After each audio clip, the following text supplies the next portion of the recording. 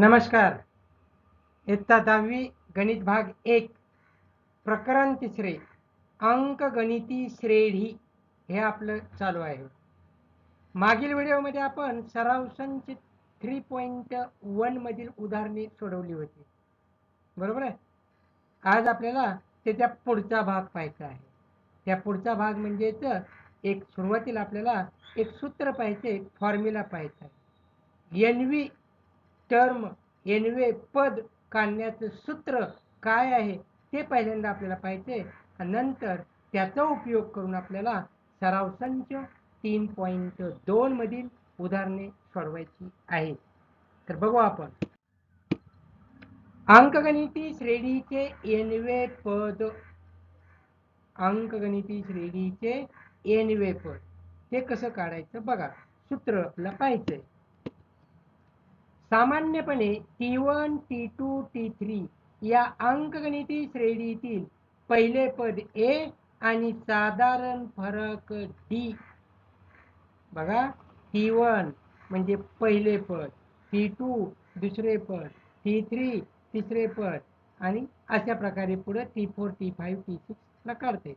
या अंकगणिती श्रेणीतील पहिले पदाला A अक्षरानं आणि साधारण म्हणजे सामायिक फरक त्यालाच आपण D अक्षर असणं आपण दाखवू शकतो.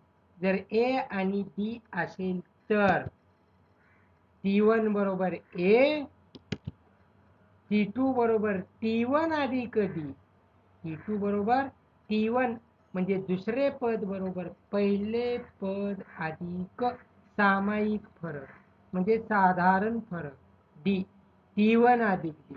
T1 काय रे इथं A आहे, A अधिक D. तेच आपण कसं लिहू रे? A अधिक D. D म्हणजे ज्या ठिकाणी एक, त्याचा काय सहगुणक 1 आहे. 1 लिहायच्या ऐवजी मी काय करतो 2 वजा 1 लिहितो. शेवटी एकच आहे. 2 वजा 1 गुणिले D लिहितो. T3 ला काय लिहिता येईल बघा. मग का 2 वजा 1 लिहिलं रे? कारण दुसरं पद आहे. दुसरं पद आहे म्हणून 2 वजा 1 शेवटी एकच आहे. तिसऱ्या पदाला काय येईल बघा. T3 बरोबर T2 अधिक D. तिसरे पद बरोबर दुसरे पद अधिक सामायिक फरक बरोबर. पण T2 ची किंमत काय रे? आत्ताच आपण काढले A अधिक D, बरोबर. अधिक हा एक D पुन्हा ह्यात मिसळ बरोबर. A अधिक D अधिक D 2D. A अधिक 2D. पण 2 कसं लिहिणार रे? 2 म्हणजेच काय 3 वजा 1 लिहिणार. म्हणून A अधिक 3 वजा 1 गुणिले D. बरोबर आहे. ठीक आहे. पुढे बघा, चौथं पद कसं लिहिणार मग? T3 अधिक D. पण T3 काय रे? A अधिक 2D ठेवाय अधिक D अधिक D. A अधिक 2D अधिक D 3D. A अधिक 3D बरोबर. A अधिक 3 कसं लिहिणार रे आपण? 4 वजा 1 गुणिले D. बरोबर आहे. जर निरीक्षण करायचं सगळ्यांचं. T1 बरोबर A झाला. T2 बरोबर काय A आहेत. हा 2 दुसरे पद आहे म्हणून 2 वजा 1 गुणिले D. T3 ला 3 वजा 1 गुणिले D. T4 ला 4 वजा 1 गुणिले D. 5 ला काय असेल मग? T5 ला 5 वजा 1 गुणिले D. T10 ला 10 वजा 1 गुणिले D. Tn ला काय असेल रे मग? n वजा 1 गुणिले D असेल. Therefore Tn is equal to A तसाच तिथं n वजा 1 गुणिले D हे सूत्र मिळते. हे सूत्र आपल्याला मिळते. म्हणून हे सूत्र आप लक्षात ठेवा. Tn बरोबर A अधिक n वजा 1 गुणिले D हे सूत्र. त्याचा वापर करून आपल्याला सराव संच 3.2 मधली उदाहरणं सोडवायची. बघा उदाहरण. मग सराव संच 3.2 प्रश्न पहिला. खाली दिलेल्या अंकगणिती श्रेणीवरून चौकटीत योग्य संख्या लिहा.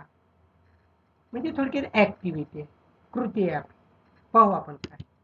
पहिलं 1, 8, 15, 22 आणि 16 डॉट डॉट. हे काय आहे? अंकगणिती श्रेणी आहे. यावरनं खाली काय दिले ते चौकटी भरायचे. येथे हे असं दिले, हे दिलेलं आहे. या चौकटी आपल्याला भरायच्या आहे. बरोबर आपण येथे ए बरोबर, ए म्हणजे काय असतं रे?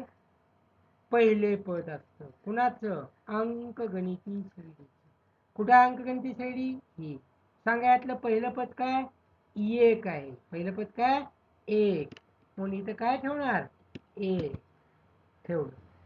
T1 बरोबर, T1 म्हणजे पहिले पद, त्यालाच आपण ए ने दाखवतो, त्यालाच आपण T1 म्हणलं तरी चालतं. काय रे T1 ची किंमत? 1. T2 बरोबर, बोला. हे दुसरे पद किती आहे? 8 लिहिलं. T3 बरोबर, बोला.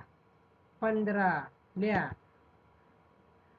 आता T2 वजा T1, T2 किती आहे? 8. T1 किती आहे? 1.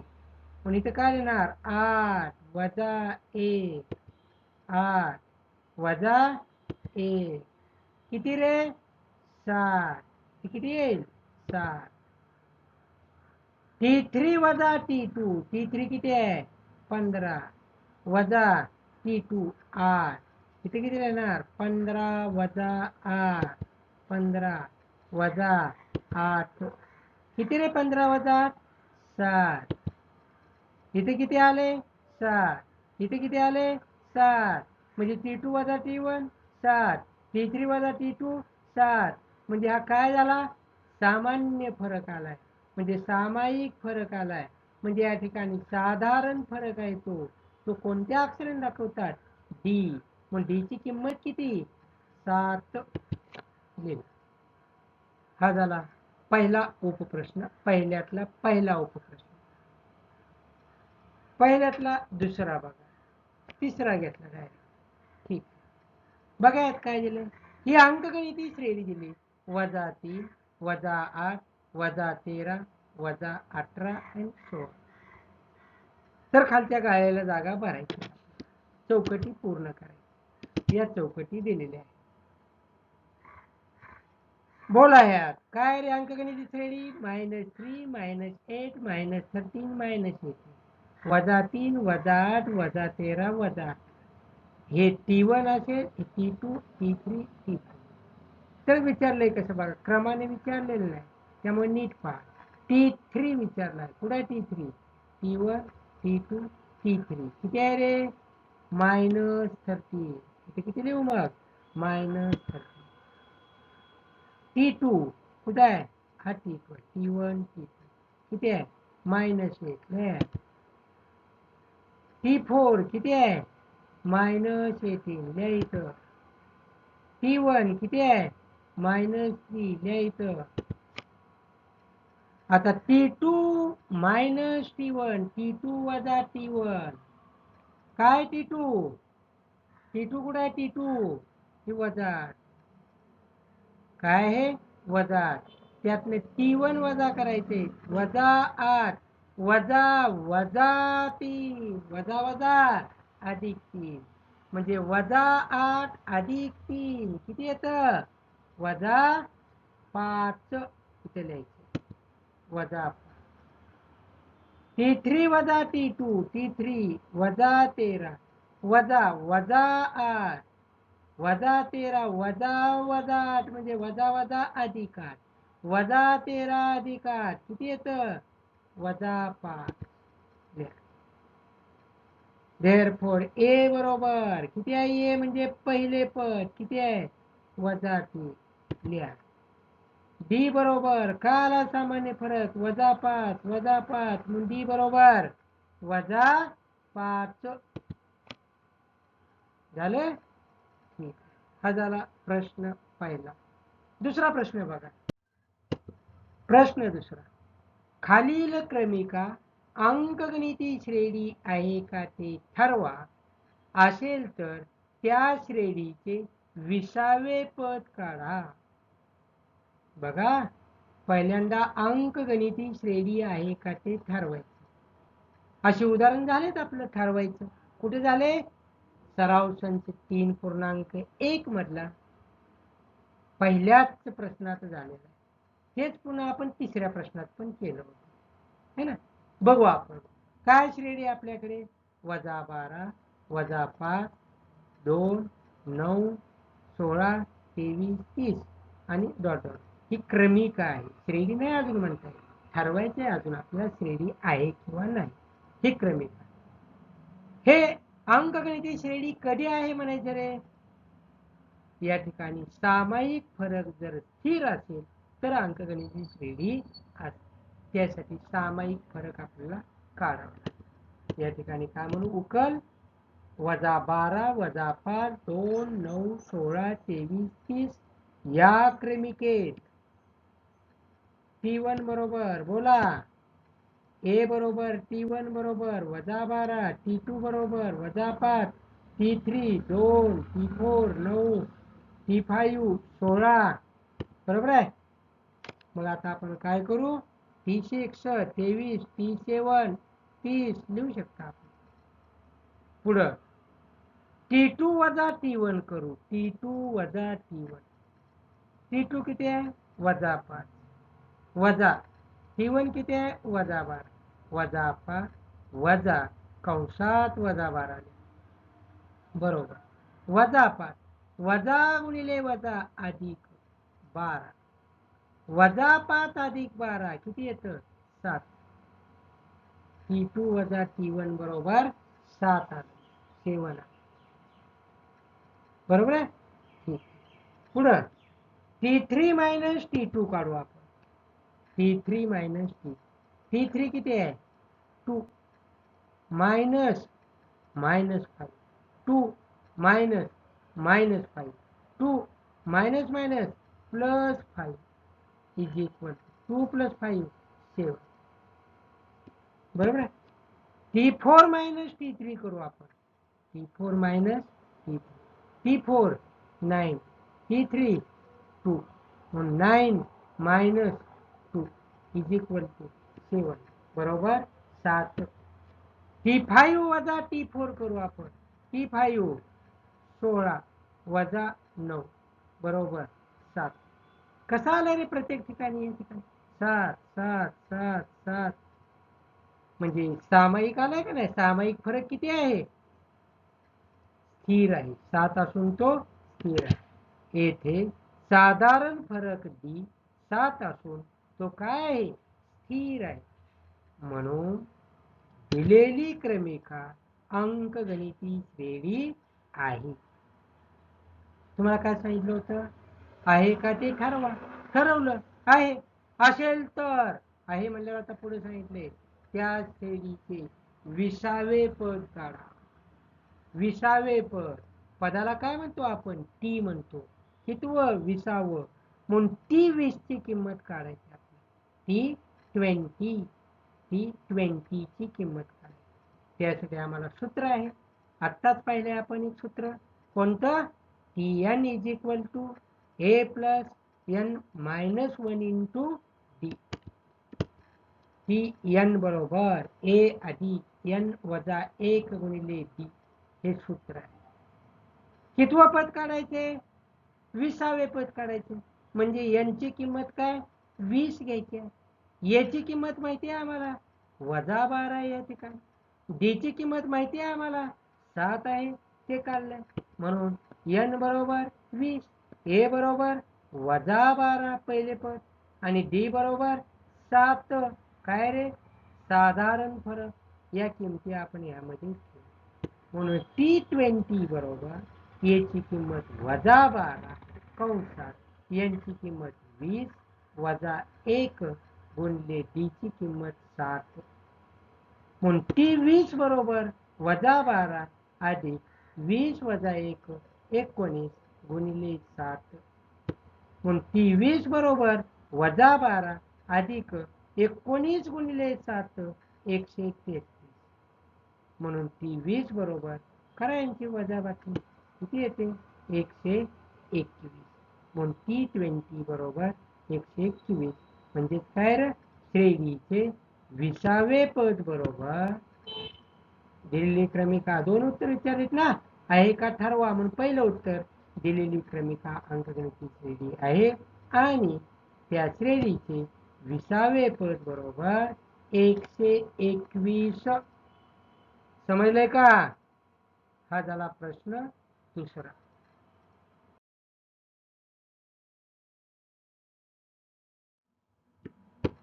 प्रश्न 5वा बघा. पहिला प्रश्न सोडवलाय, दुसरा सोडवलाय, तिसरा आणि चौथा तुम्ही सोडवायचा, सोपा आहे.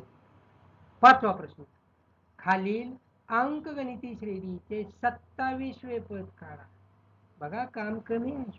आत्ताच आपण 20वं पद काढलं होतं, तसं आता इथे किती पद काढायचंय? 27. ते काढण्यासाठी ही श्रेणी दिलेली आहे. यात ए ची किंमत माहिती करून घ्या, 9 येईल. सामान्य फरक आपल्याला काढावा लागणार आहे, म्हणजे डी ची किंमत काढावी लागणार आहे, मिळवावी लागणार आहे श्रेणीच्या आधारे. कसं लिहिणार मग? उकल 9 4 वजा 1 वजा 6 वजा 11 या क्रमिकेत ए बरोबर T1 बरोबर 9, T2 बरोबर 4, T3 बरोबर वजा 1, T4 बरोबर वजा 6, T5 बरोबर वजा 11 आणि 16. आता आपण T2 वजा T1 करू. T2 वजा T1 डी बरोबर सामान्य फरक करायचा. T2 वजा T1, T2 किती आहे? 4 वजा 9, 4 वजा 9 बरोबर वजा 5. T3 काय काढायची गरज नाही, श्रेणी आहेच म्हणून सांगितले, त्यामुळे सामान्य फरक कुठलीही दोन लगतच्यांची वजाबाकी केली तरी मिळते. मग आपण काढली. आता सूत्र माहिती आहे आम्हाला, Tn बरोबर ए अधिक n वजा 1 गुणिले डी. हे सूत्र आहे. कसलं? nवे पद काढण्याचे सूत्र. मग कितवं पद काढायचं आहे आम्हाला? 27वे. म्हणून यांची किंमत काय? 27. ए काय आहे इथं? 9. डी काय आहे? आत्ताच काढलाय, वजा 5. ह्या किमती यात ठेवायच्या. ही 27 बरोबर ए ची किंमत 9 अधिक 27 वजा 1 गुणिले बी ची किंमत वजा 5. टी 27 बरोबर 9 अधिक 27 वजा 1 26 गुणिले वजा 5. टी 27 बरोबर 9 अधिक 26 गुणिले वजा 5 अधिक आणि वजा 5 वजा यांचा गुणाकार वजा 26 पंचे 130. म्हणून टी 27 बरोबर किती? वजा 121. टी 27 बरोबर वजा 121. म्हणून अंकगणिती श्रेणीचे 27वे पद बरोबर वजा 121. अजून एक प्रश्न सोडवू आपण. प्रश्न 6वा, 3 अंकी नैसर्गिक संख्या समूह. कसल्या संख्या आहेत? नैसर्गिक. पण अजून कसले आहेत? 3 अंकी नैसर्गिक संख्या. 3 अंकी सर्वात लहान संख्या माहिती आहे तुम्हाला किती असते? 100. आणि 3 अंकी सगळ्यात मोठी संख्या कोणती असते? 999. बरोबर. पण त्या 100 ते 999 याच्या दरम्यानच्या संख्या, पण त्या कसल्या आहेत? अजून 5 ने भाग जाणाऱ्या त्या संख्या लिहाव्या लागतील आपल्याला. लिहू आपण. 3 अंकी 5 ने भाग जाणाऱ्या 3 अंकी नैसर्गिक संख्या. पहिली काय? 100. 100 नंतर 5 ने भाग जाणारी 105, 110, 115, 120 डॉट डॉट डॉट डॉट 995. 996 ला भाग जातो का? नाही. 5 ने भाग जात नाही. 97 ला नाही. 998 नाही. 999 नाही. म्हणून शेवटची कोणती? 995. पहिली कोणती? 100. समजलंय? या संख्या किती आहेत मोज आपल्याला ठरवायचं. असं मोजून शक्य नाही. 1 2 3 ही शेवटची 4 मधले किती आहेत माहित नाही. आपण सूत्राच्या सहाय्याने ती काढू शकतो.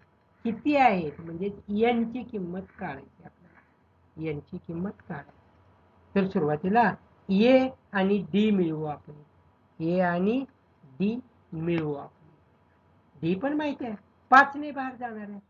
कसल्या? 5 ने भाग जाणाऱ्या म्हणजे डी ची किंमत 5 असेल.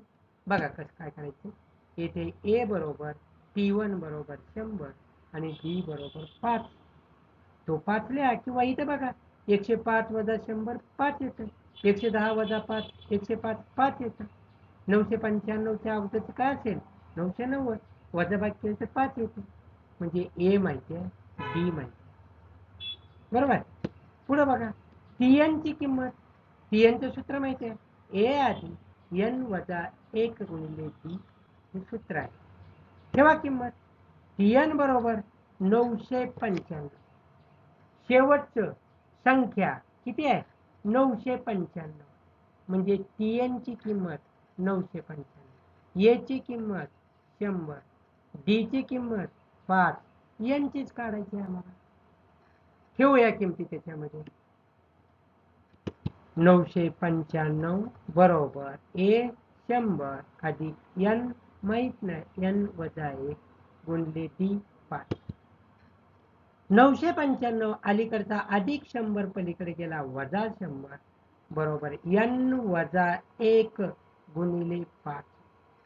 995 वजा 100 895 बरोबर 5n. 5 ने आतमध्ये गुणू 5n वजा 5. हा वजा 5 पलीकडे नेऊ आपण.